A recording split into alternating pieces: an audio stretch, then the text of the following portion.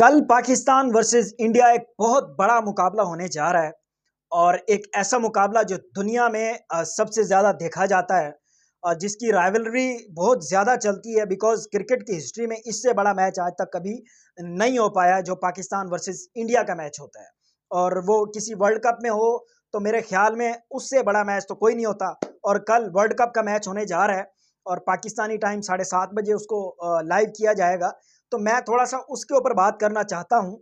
देखें, पाकिस्तान के पास आगे सिर्फ 3 मैचेस हैं और इन 3 मैचेस को पाकिस्तान को एक अच्छे रन रेट से जीतना होंगे और अपनी पाकिस्तान को रन रेट उसी हिसाब से ऊपर लेके जानी चाहिए जैसे इस वक्त इंडिया खड़ा हुआ है। +3 के ऊपर वो खड़े हुए हैं और इसी तरह पाकिस्तान +4 +5 पे जाए, फिर जाके पाकिस्तान के जो चांसेस हैं बिल्कुल क्लियर हो जाएंगे कि वो आगे जा सकता है। और दूसरी तरफ से देखना पड़ेगा कि जो यूएसए है उसका क्या सिनेरियो है और इंडिया का क्या सिनेरियो है।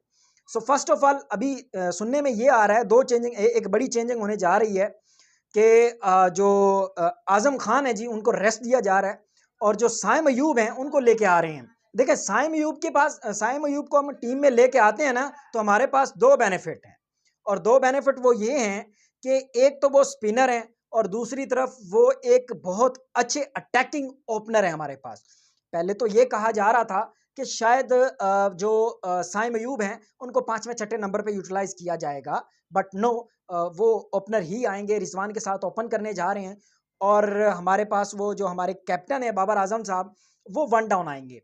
तो ये एक अच्छा साइन होगा कि अगर हम शादाब खान को भी यूटिलाइज करते हैं कि 7 नंबर तक हमारी बैटिंग चली जाएगी और एक बहुत अच्छा एक पॉजिटिव मैसेज चला जाएगा कि हमारी बैटिंग लाइनअप भी बहुत तगड़ी है कि हम 6-7 नंबर तक जाके अच्छा एक पॉजिटिव हम एक इमेज छोड़ सकते हैं।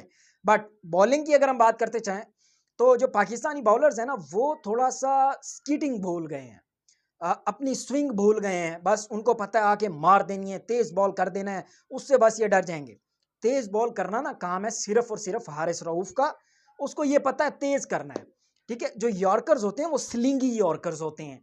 वो यॉर्कर्स इस तरह नहीं होते जो डीप करके जा रहे हो, जो डीप करके जा रहे होते हैं उनमें ऐसे ही होता है जैसे आपने लास्ट मैच में देखा, लास्ट बॉल पे जो चौका लगा वो ऊपर से ड्रॉप होने वाला यॉर्कर था जिसकी वजह से वो शॉट लग गया।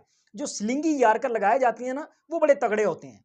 तो मेरे ख्याल में उस वक्त जो सुपर ओवर था वो भी नसीम शाह को देना चाहिए था। बट मैं ये कहूँगा कि इंडिया के बैट्समैन जैसे अपनी फास्ट बॉल में अपनी स्विंग को यूटिलाइज करते हैं, इन स्विंग आउट स्विंग, वो सारी चीज़ें हमें पाकिस्तान बीइंग पाकिस्तानी बॉलर्स को भी सोचनी चाहिए और उस पर काम करना चाहिए। अगर हम उस पर काम नहीं करेंगे और आके तेज पे तेज मारते रहेंगे तो इससे कुछ नहीं होगा। बाकी दो बड़ी इंपॉर्टेंट बातें हैं। एक ये कि फ़खर जमान को जो है ना जी कप्तान बना देना चाहिए, मैं ये समझता हूँ ज़ाती तौर पे।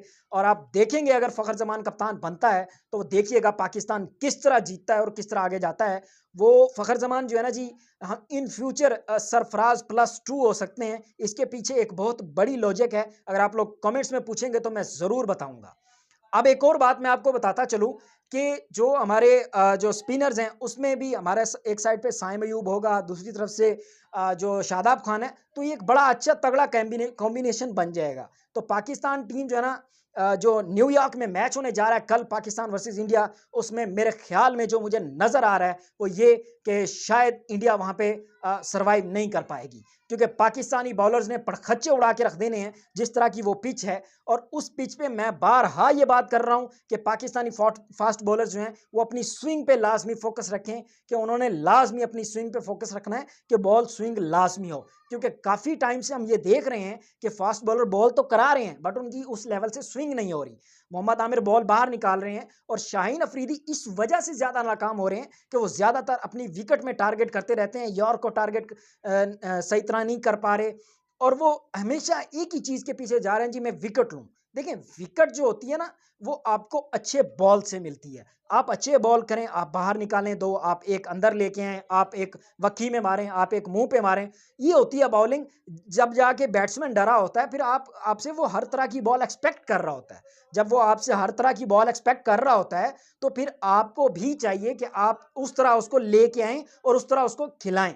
सो मैं ये समझता हूँ कि पाकिस्तान अगले 3 मैच बड़े ही तगड़े लेवल से जीतेगा और पाकिस्तान जो है ना क्लीन स्वीप करके इंशाल्लाह ये वर्ल्ड कप लेके घर आएगा और अगले साल ये पूरी पाकिस्तान की क्रिकेट टीम एक सुप्रीम हज करने जाएगी, एक रॉयल हज करने जाएगी जो सऊदी अरब की तरफ से दावत आई हुई है। इंशाल्लाह पाकिस्तान ये वर्ल्ड कप जीतेगा और पाकिस्तानियों लाजमी सपोर्ट करें बाबर आजम को, लाजमी सपोर्ट करें पाकिस्तान क्रिकेट टीम को। यही हमारे हीरोज़ हैं और इन्होंने ही हमें जिता कर देना है। पाकिस्तान जिंदाबाद।